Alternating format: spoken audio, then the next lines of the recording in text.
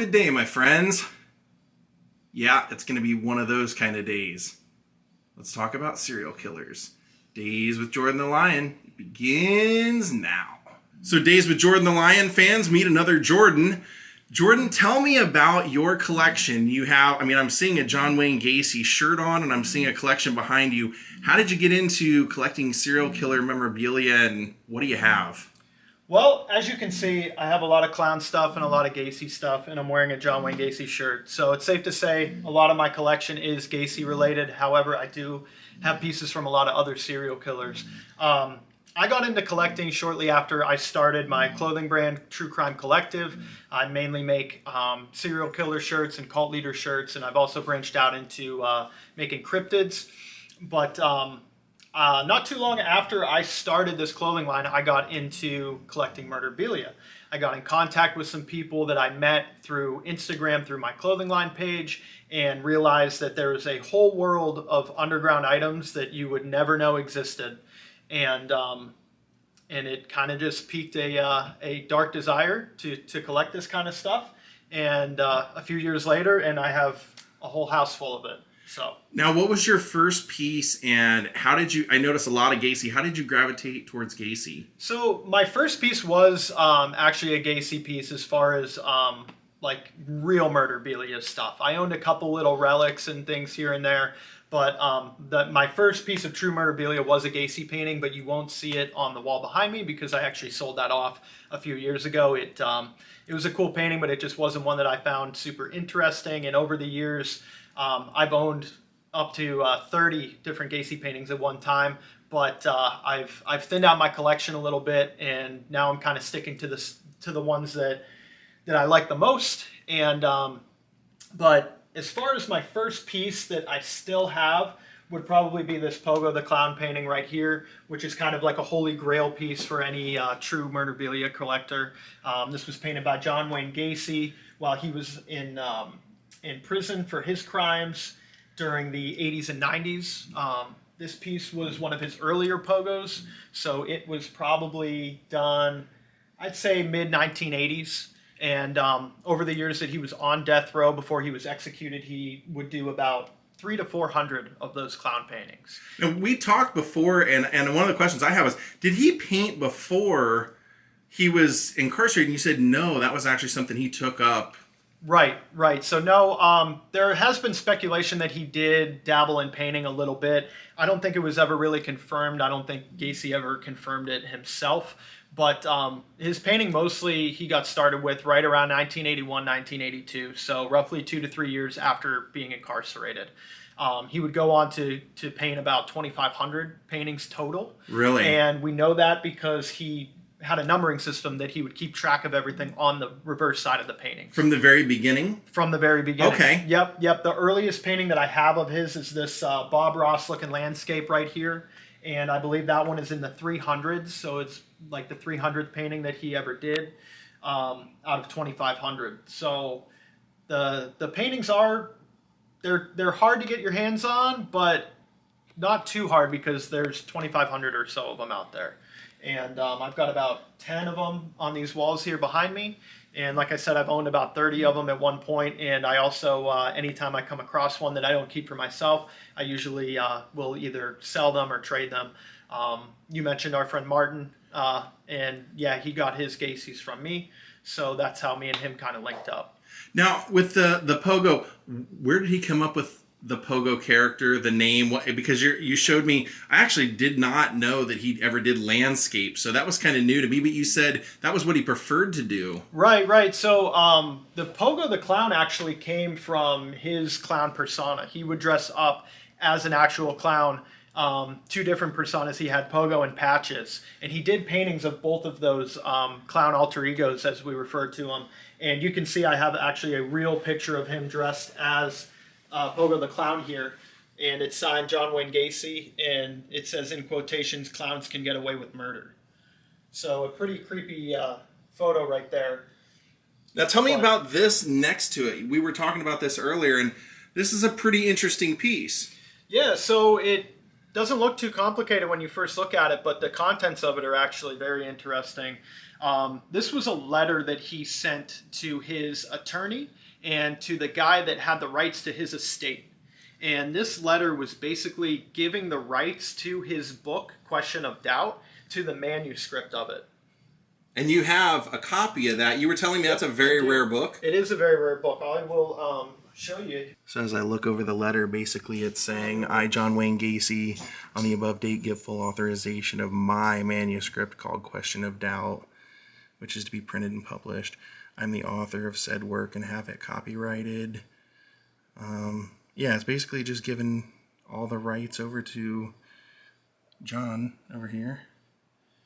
And it says, I affirm that I'm the owner and author of this work since 1984, and that this time nobody is authorized to use it in any way, that it is solely owned by John Wayne Gacy and Gacy name family. Okay, so that's the... So this is the slipcover that the book comes in. And the book is titled Question of Doubt. This book is basically his manuscript maintaining his innocence. For those who don't know, Gacy, when he was first arrested, actually admitted to all the crimes, but then he backpedaled and tried to say that it was a forced confession, that he didn't commit any of those crimes, and that if he did, that he was not conscious of it. There were 2 other kids living at his house at the time that he tried to point blame on and say they were the ones that were doing it. It was a whole thing. It was all horseshit. We all know he was guilty. Yeah, so I think, you and I were saying, I think he wanted to get caught because the police finally came and said, like, we are following you. We're tailing you everywhere you go. And he still did things that incriminated him. I think a lot of serial killers get to the point where they just... what they're doing becomes so exhausting, and the ego and attention. Yeah, they're constantly looking over their shoulder, and and some of them, they just want the recognition because they've been losers their whole life, and they want to be recognized for something, even if it's something heinous as killing 33 people. Yeah. But I think that he got to the point where he was so overwhelmed with the fact that he ran out of room in his crawl space and had nowhere else to put these bodies that he just got careless, and he didn't give a shit because... So what does he say? How does he describe it in the book? Just out of curiosity. To be honest with you, I never got through this entire book. It's hard to get through. It's a hard read, not because of the contents of it like being too graphic or anything, but because it's boring and it's just him rambling on about bullshit, about his bullshit stance on being innocent. And I think I maybe got 30, 50 pages in, maybe. And I put it down, and I've been meaning to get back to reading it, and I just have had no really desire to. Now I'm sure I will at some point. You said it's a limited number of pressing or printing, and how many was that? About 500 of these were printed, and he only signed a small handful of them, and this is actually one of the ones that he signed, and he left an interesting little note in here, which says, "Greetings, reader. There's always at least 2 sides to a story. Thank you for reading it from my point of view, John Wayne Gacy." And that is hand-signed in there. And he's got that same letterhead that you saw in that letter that he had written to his lawyer. So that piece of paperwork right there is extremely important when it comes to Gacy stuff, because it's leaving the rights to his manuscript, to his book, to what he thought was going to be his legacy of innocence. And we have both of them right here. So now what's interesting to me also is kind of like with him, I almost wonder, because he was making a lot of money in prison. Do you think that became the whole purpose for creating the art and doing this stuff? Or do you think he really was looking for an expression? I think a little bit of both, for sure. I mean, he was on death row, so it's not like he was living like a celebrity in there. Yeah. Any prison you go to, that, especially death row, like, your conditions aren't going to be great. But once his paintings kind of caught on and people started buying them, that money would go on his commissary. So whoever was helping him sell the paintings to buyers, that money was just going on his commissary for, food and toilet paper and toothpaste and stuff like that, like basically to make him more comfortable. That's just how prison works. And so it's not like he was in there with, silk sheets Yeah. and slippers and stuff, just living the high life on death row. It wasn't like that. And a lot of people are like, oh, well, he was profiting off his crimes. And yeah, in a way he was making money off of it, but it was just commissary. That's all it was. And there was actually a whole thing where the news found out about his painting sales, and there was like a law put into place saying like that. That's what I thought. He couldn't profit off of these paintings. So the people helping him as art dealers, they kind of had to take a different route on how they were doing the whole thing. Yeah. Now on that note, you actually have a price list. I do have a price list. You basically could go through a dealer, you said, but you could also write him in prison directly? Yeah, so let me show you real quick. I'm just going to pop this off the wall here so you can kind of see it a little bit better. But this was one of his basic price sheets. As you can see, nothing too fancy.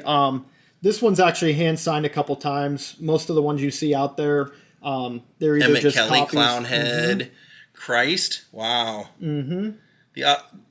I was curious as to what the options were, because you see over here you've got I had never seen the clown skulls and the skull type thing until you showed me, and there's the signature, and down there it says original oil paintings by John Wayne Gacy. Yep.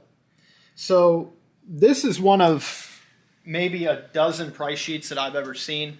I actually have another price sheet I can show you that is glued to the back of the landscape painting, and that's like a really early one. Did the prices change? They did, and they varied for the painting, the size, how many colors, and the subject and detail it was. But like right here, Skull Clown, which is hanging on my wall right behind us, $100 at the time.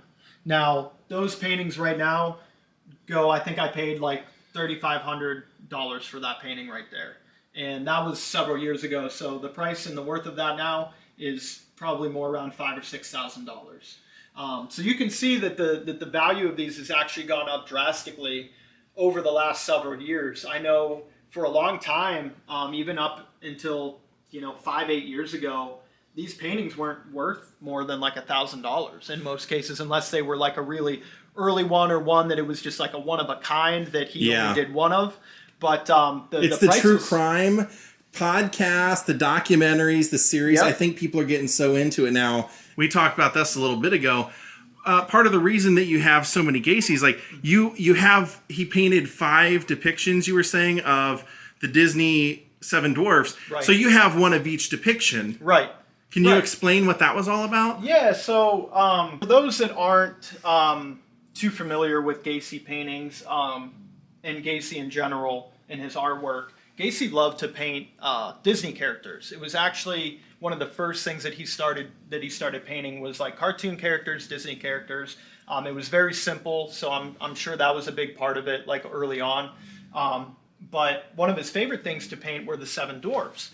And he did 5 different variations of these Seven Dwarfs paintings, and he titled them all the Hi-Ho series. And as you can see, the one being filmed right now is Hi-Ho in the spring.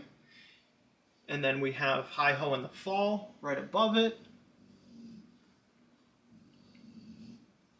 Over to the left, we have Hi-Ho in the mine, which was his first Hi-Ho painting.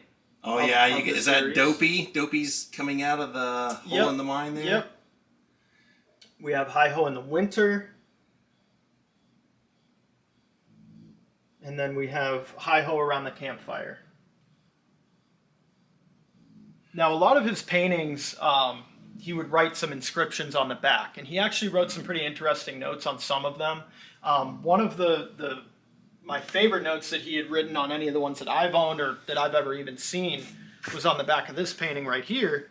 And it says, "The little men are my favorites as they show the many moods of life in their names and faces. Enjoy life, good health, John Wayne Gacy." So, pretty creepy, when you think about... Almost like he's trying to make a friend or justify that he's a peaceful guy now or something. Right, exactly. Just, masking the monster. But you told me each one actually kind of depicts one of his crimes. Is that safe to say? That's how it was done? That's the theory. Gacy never came out and said that these paintings are related directly to my crimes and my case, but it has been widely believed by collectors and people that knew Gacy that each of these had something to do with the crimes in the case. The hi-ho in the spring, I believe the theory behind that one was that they were on their way to the crawl space to bury bodies. As you can see, Doc in front there with the glasses, he was supposed to represent Gacy, and then the other 6 dwarves were representative of his victims. And he's carrying a lantern like he's leading them to a dark space to dig something up or to bury something. Carrying a lantern in this one as well. Yep. And you said that some of them, or there's a belief that he hid 33s? Yes, yeah. There are 33s hidden in quite a few of his paintings. I've owned a couple that I've found real blatant 33s in. I don't believe that any of the ones that I own now have ones that stick out that much, but there are ones that I've seen that you could decipher as possibly a 33. This hi-ho in the fall here, the lanterns, they have 3 squares on top, 3 squares on bottom, 33. The hi-ho in the spring, there's two sets of the 6 dwarves. So if this is Gacy, these are his victims, and there's kind of a gap in between those, so 3 and 3. Interesting. Yep. Now, what's this note behind you that says, just a note from John Gacy? Okay, so Gacy had this stationery that he would either handwrite or use his typewriter to type little notes out to some of his pen pals. And this one's, it's pretty interesting. He's talking about money orders and painting content, and he mentions a guy named Ken Carnig. Ken Carnig, for those who don't know, is the owner of a website called Supernaut, and he has been selling murderabilia for a long time as well, and he dealt directly with Gacy. So that's kind of a cool piece. He just, initialed it at the bottom there. Looks like it says, "Greetings, Bill. I got your 10 money orders and took care of what I was to do for Ken. Likewise, I sent him a note letting them know that they arrived and that I contact." So he's basically saying that he's a good salesman. He's saying he fulfilled orders. Right. Exactly. Wow. Yep. So those are floating around. I've seen quite a few of those pop up over the years, but they don't come up as often as you would think. So it is a pretty rare piece to have with that little stationery. He's got the skull clown there in the corner. But yeah. Now, we also see over here, he's got kind of the famous monsters or a lot of horror icons. So he did not only Disney, but this kind of stuff. Where did this come about in his painting career? So, from my understanding, and don't completely quote me on this, but from what just a rumor you've heard. Yeah, from some of the collectors that I've known that have been collecting this stuff for decades longer than I have, there was one of his later art dealers named Rick. He got involved, I think, in the late 80s or early 90s with helping John sell paintings, and he was believed to have been the one that was influencing Gacy to paint some of the darker stuff. So the horror icons, the skulls, the witches, that type of thing. And from what I've known, Gacy didn't really enjoy doing these types of paintings. He was more into doing landscapes and Disney characters, but as you could probably guess, getting a creepy skull painting from a serial killer is probably something that was in high demand for anybody that was actually looking to purchase these paintings. They wanted something. Yeah, I can see that. They wanted something morbid because something creepy because the subject was already morbid because of who it was coming from. Yeah. So just kind of to pique that morbidity of the piece. And but he ended up doing quite a few of those skulls as we showed over there, and he did a few of these Hollywood monster paintings, and he did a lot of witches and some other ones that you could deem kind of creepy and dark. The Pogos, the clowns, I don't think they were ever meant to really be super creepy and dark. He was just kind of painting his alter ego, but he was the killer clown. So yeah. Obviously a creepy clown painting like that, created by a serial killer who was known for dressing as a clown, it's going to come off pretty creepy. So here's the early price sheet from the back of the landscape. We were talking about how one of the early numbers when he was first making them. You can see the date Number down here and everything. 303 was the number on this painting. Oh yeah, right there. Yep. And the prices, basically the same topics too. Mm-hmm. Christ and self-portrait of the clown, famous clown. $35. Yeah. Wow. Yeah. Super cheap. And then it's signed down there at the bottom. John Wayne Gacy, 85. And at the very top, he's got one of the dwarf paintings. On the front, some people have asked me, on the front it's dated 84. So why on the back is it dated 85? And the reason was because this was when he first started getting into painting.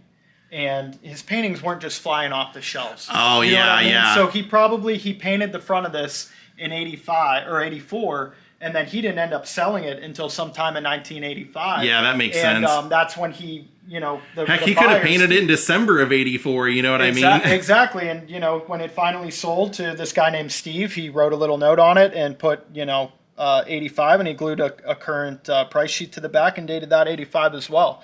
So some people, don't realize that there's pictures of John in his cell with just his walls just covered in paintings.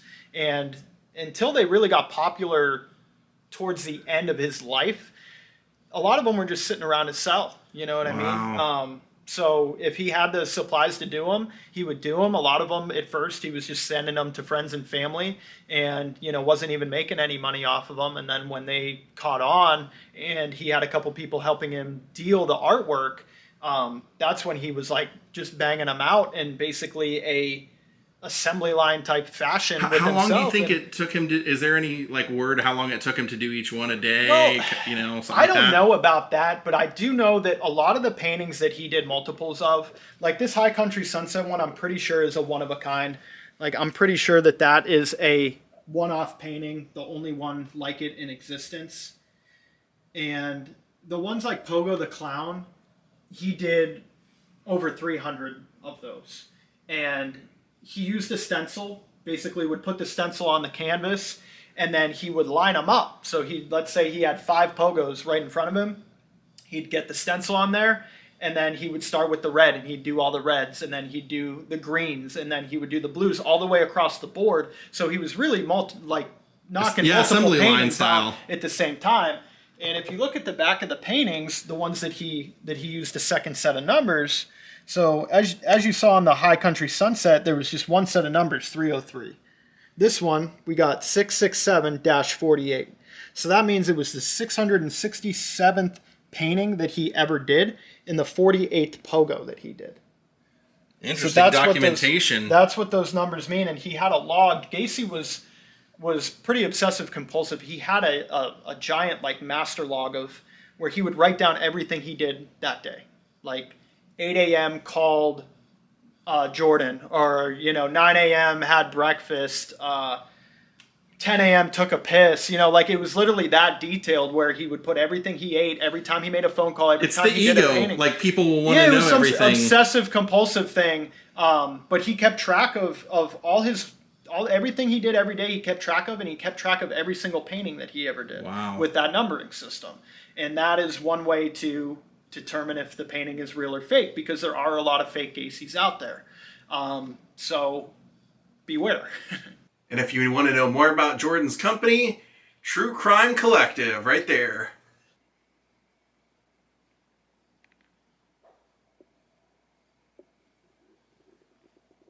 All right, my friends, we're going to call it a day, but there is more in the next vlog from Jordan's collection. Thank you, Kevin Lee Blevins, Lori Anderson, Gene Madsen, and Ricky Harbin for becoming my newest Patreons. If you're new here, please hit the like button, please subscribe, and please ring the bell for notifications. We'll see you all next time. Have a great night. Goodbye.